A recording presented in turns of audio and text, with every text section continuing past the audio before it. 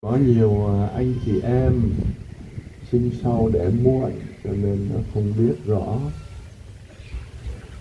Cha phán trước tiên là không dám gia nhập cộng đoàn Tây Nguyên, gia nhập cộng đoàn Blakely đó. Tại vì cha phán nói rằng tôi yếu, sức khỏe không được tốt, cho nên không ở được với người Gia Lai đâu. Thế nhưng mà năm 68 tháng 8 thì chúng tôi tới Chơ Reo này. Lúc đó tôi mới biết là có người Gia Lai, và tôi được đọc những sách của cha Đuốc là mới biết rằng người Gia Lai có nhiều cái giá trị rất là cao, rất là tốt, Chúa ban cho. Thì lúc đó chưa có cha phán. Tháng 10 chúng tôi về Blakely, Đức cha đưa về, Đức cha Ponset đưa về Blakely. Lúc đó cũng không có cha phán. Năm 71 chúng tôi bị bắt, bị cách mạng bắt đem đi cải tạo trong rừng sâu bên kia biên giới Campuchia. Lúc đó cũng chưa có cha phán. Nhưng mà trong khi chúng tôi đi, nhà cửa bị bom đạn phá nát. Rồi cha Tài, tại vì có việc ở Pleiku cho nên không bị bắt. Lúc về thì tan nát hết rồi. Và lúc đó thì cha phán lại lên thăm. Trong tỉnh dòng chỉ có cha phán lên thăm thôi. Và cha Tài nói mày mà về thì tao cũng về. Thế là cha phán phải ở lại. Đến năm 71 tháng 3 tháng 4 năm 71, lúc đó cha phán có thể là bị bó buộc phải nhập đoàn với nhóm Blakely. Năm 75 thì lúc đó là cách mạng lấy Tây Nguyên đấy, thì cha phán đang ở với cha Tài ở Pleiku, và cha tổng đại diện là Gioan chính thức, cha Thức, để nói với cha phán rằng anh phải về Chơ Reo ngay, không có thì mất cái Chơ Reo này, người ta lấy mất.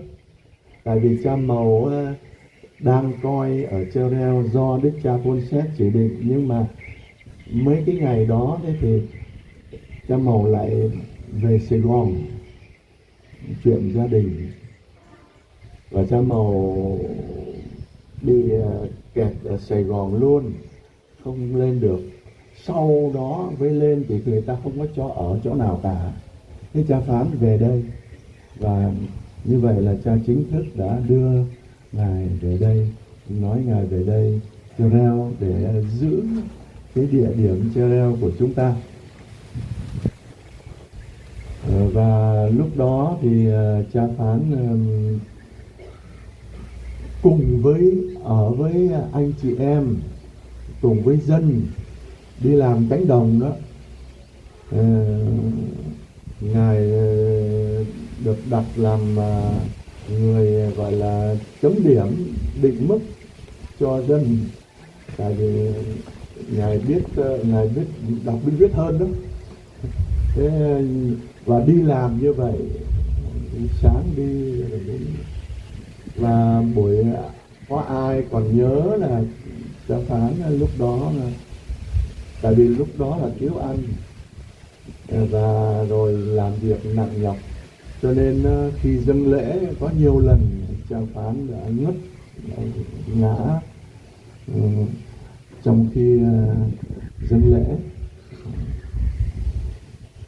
Đến 75 thế thì nó rồi sau đó thì cha cứ ở đây, phục vụ ở đây với anh chị em.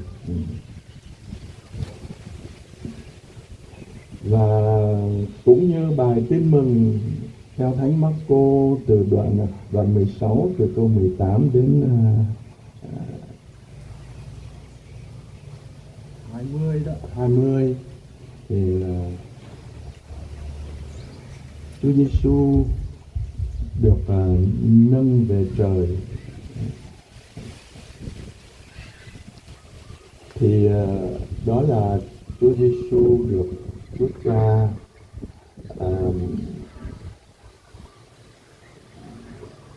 đặt làm Chúa đó, như ở trong Công vụ đoạn 2 câu 36 có nói rằng là: vậy nhà Israel hãy biết cho rằng Đức Giêsu mà các ông đóng đinh đó, thì Thiên Chúa đã cho Ngài được sống lại và tôn vinh Ngài là Chúa và là Đức Kitô. Thế thì là đó là việc Chúa Giêsu được tôn vinh, Chúa Giêsu chết và phục sinh được tôn vinh làm Chúa.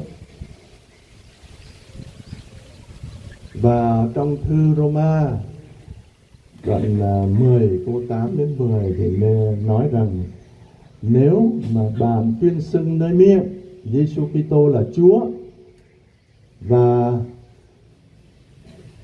trong lòng bạn tin thật rằng Thiên Chúa đã cho Ngài sống lại từ cõi chết thì bạn được cứu. Là sự cứu độ của Chúa Giêsu là như thế. Và Ngài làm Chúa để ban thần khí, như trong sách Công vụ có nói: Chúa Giêsu đã được tôn vinh ngự bên hữu Chúa Cha, nghĩa là làm Chúa, để đón nhận thần khí mà Chúa Cha đã hứa và đổ xuống. Đó là Ngài hiện xuống đó. Và đó là điều mà anh chị em đã nghe và đã thấy. Và đó là ngày nay chúng ta quen gọi là kerygma đó. Thì là cái điều ấy thì cha Phán ở đây, cha Tài ở Pleiku, tôi ở Pleikli, thì chúng tôi đều đi theo con đường ấy. Chúa ban cho được đi theo con đường ấy. Chúng ta nhớ lại hồi đó là chúng ta cầu nguyện, cầu nguyện với lời của Chúa, với yêu lệ hằng hẹp ở đây, rồi đón nhận Chúa Giêsu là Chúa cho cả tu. Giêsu khoa ngã khoa ta chàng cây dung phụ dụ ta among Chúa đây, để cho Chúa Giêsu làm Chúa thì Ngài ban tràn đầy thần khí cho chúng ta. Ngài dìm chúng ta trong thần khí của Ngài. Thì Chúa làm cho ba nơi Pleikli, Chereo, Pleiku thì đều theo con đường đó cả. Và chúng ta đã thấy như ở trong bài tin mừng ngày hôm nay là Chúa đã cùng làm việc với các tông đồ đó và đã chứng thực lời bằng những dấu chỉ kèm theo. Bằng những dấu chỉ kèm theo. Những dấu chỉ ấy thì chúng ta thấy ở trong dân rồi, là Dum ra tô bố vào đây Amra kẹo tôi bình po đạo cứt Mengenan kau Genyu amra pedoa yang sát. Chúng ta thấy là chính anh chị em chúng ta đã xua đuổi được tà thần ma quỷ. Những người mà trước đây á, tại vì cái thời đó là ai cũng lên đường đi hết các vùng mà cầu nguyện với dân làng. Krongpa là rõ ràng nhất, không có linh mục ban đầu mà là dân cùng cầu nguyện. Và chúng ta thấy anh chị em đã xua đuổi tà thần nhân danh Chúa Giêsu. Đuôi perhep lu tờ lời perhep prao, tờ lời perhep linh làng, nói những tiếng mới lạ. Có cầm phải rắn, và nếu mà uống nhầm thuốc chất độc thì cũng không sao. Tôi ở Pleikli thì đã nghe anh em kể lại, tức là làm chứng Nagon đó, Bình ta chót ngạ gong ta nhiều lẽ hằng ngạ gong nên nhớ có anh em đạp phải rắn không sao, cắt cỏ mà cầm phải rắn không sao. Đó là những dấu chỉ Chúa ở cùng. Rồi ví như Amra ahtangan ke bing tuan roa ang bing ane amra xoay là mang hại cho vấn đề. Và chúng ta thật chứng kiến nhiều người què được đi, người mù được thấy, người chết sống lại. Bình ta bu đây amang krakul anak loài melata. Và những lời của Chúa được thực hiện. Cái vấn đề là làm sao để cho lời của Chúa được thực hiện. Giống như bà Elizabeth đã gửi khen chúc tụng mẹ Maria: phúc cho em, vì em tin rằng tất cả những gì Chúa nói đều thực hiện. Và Đức Mẹ thì luôn luôn cầu nguyện theo lời của Chúa: xin thể hiện cho tôi theo như lời của Ngài.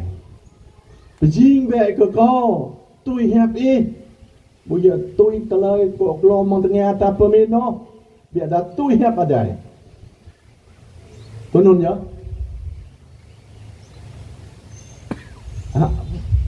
Tôi cho ra này ta bố luôn ta trả lời nôn.